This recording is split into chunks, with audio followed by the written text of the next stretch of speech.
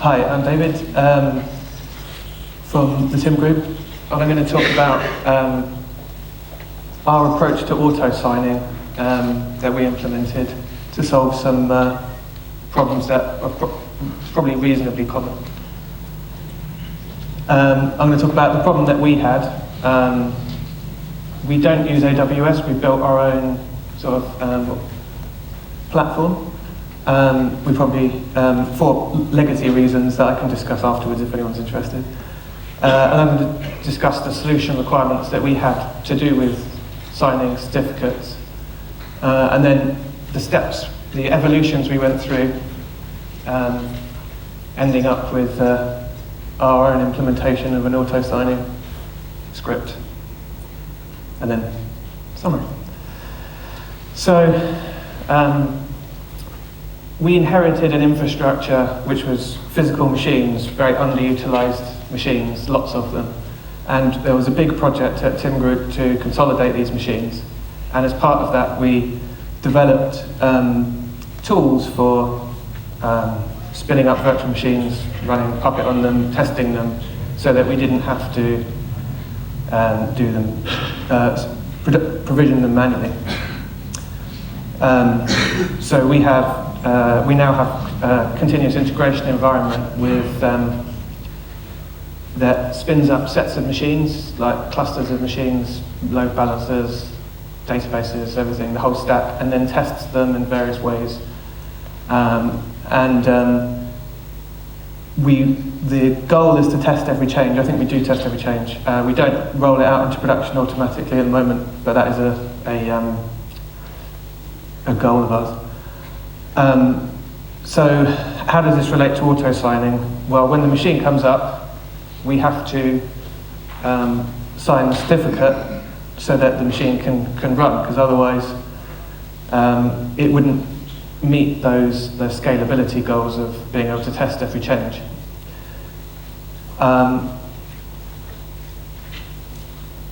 So basically our requirements were it needs to be automated, because if it's not automated, we don't get to test every build, every change. Reasonably secure. So our solution isn't. None of the solutions are super secure, but they're reasonably secure, and scalable, as in we can.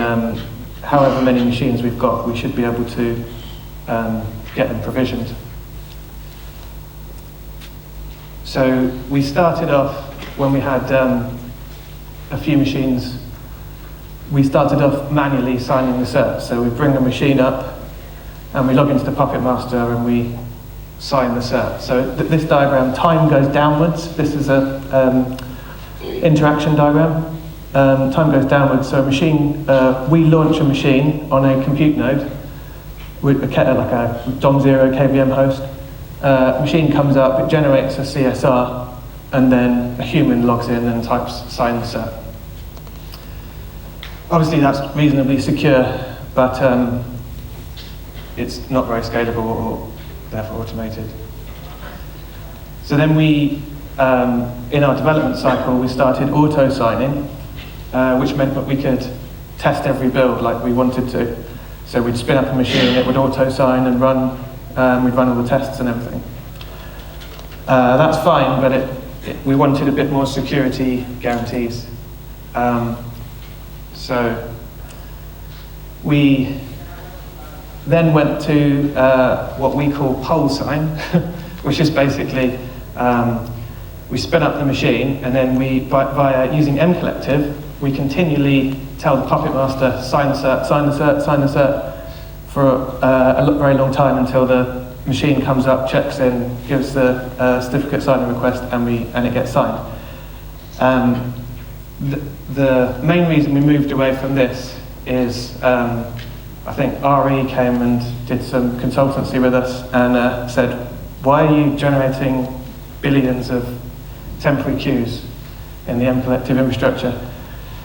And we felt embarrassed, so we wanted to try something different. So implemented time-based one-time passwords. So in this system, you have to have two pieces of trusted infrastructure that have a shared secret, and then you can, from that shared secret, you can generate a short password which has a time which is valid for a particular time period. And it's basically the same as HOTP, but with the counter replaced with time. So this gives us the power that we need to generate a one-time password that the new VM that's going to come up has embedded in it, and the Puppet Master can verify that its validity. So this is the solution we settled on. So in this solution, as you can see, the compute nodes in our case, so we built our own infrastructure. We didn't use AWS, so we'd have to do something different in AWS. But the shared secret was between the Puppet Master and the compute node. When a machine gets provisioned, the compute node computes the one-time password, which is valid for 120 seconds in our case, but that's configurable obviously, and injects it into the virtual machine, embeds it, and then when the VM checks into the Puppet Master, the secret is embedded, the one-time password is embedded in the certificate, and the Puppet Master, because it has the shared secret, can validate the certificate and it will sign the cert.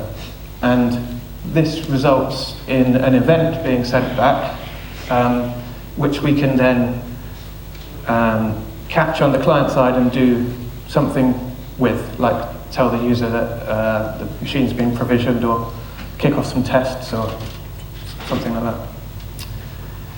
So obviously, we think this is more secure than our other solutions, and this is what we've settled on, and we've been running for about a year, I think. So I'll show you the code. It's not very good code, sorry. If anyone's heard of red-green refactor, this is the green. Didn't get to the refactor step.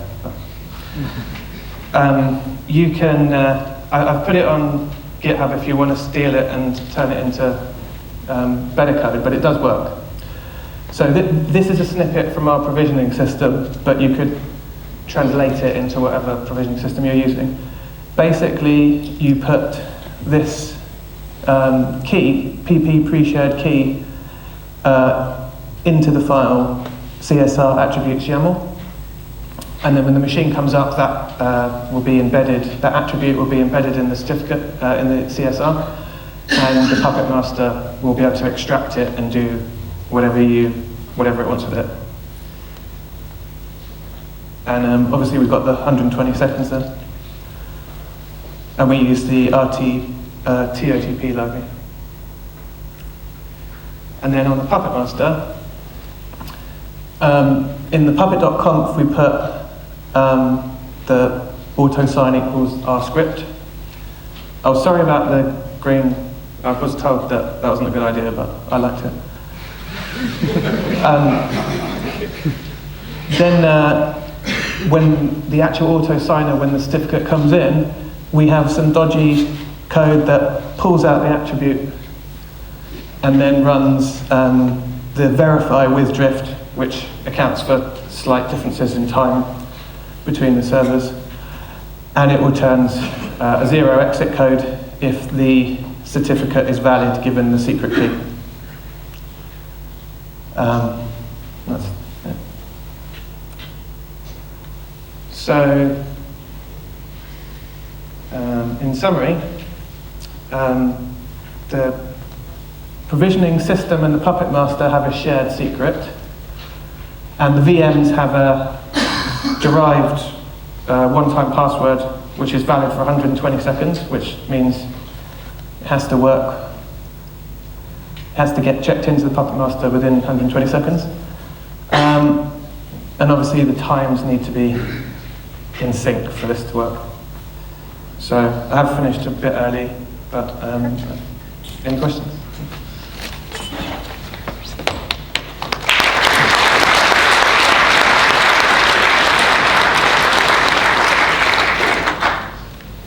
Any questions?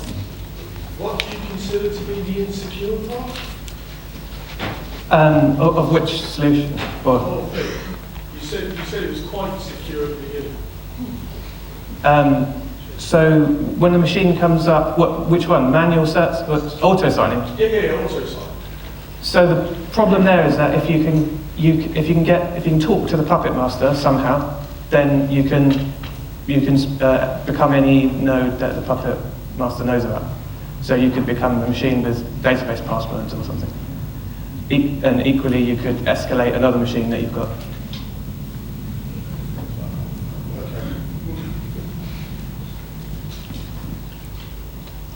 Anything else? Do you protect the shared secret? Because in the last one, you said it was fairly secure. Yeah. From a security background, I immediately thought, how do you manage that shared secret? Because that looks very complicated. It is, yeah. I mean, we have to update it reasonably Just often. regularly.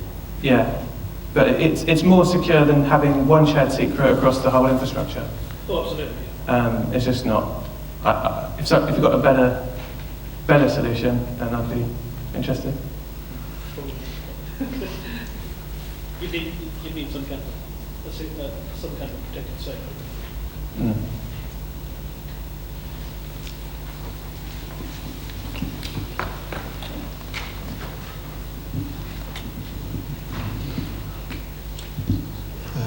So the Puppet Master and the provisioning system, they share a common secret, but what about another solution if you would be able to create and sign the certificate at the provisioning system, then inject it to the VM, and then discard it from the provisioning system so you only have it in the VM and signed? Yeah. Would that be different? Yeah, that'd work. So, but you don't need any one-time password for that?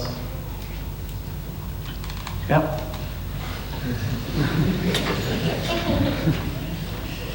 Excellent. Thank you so much, David. Okay.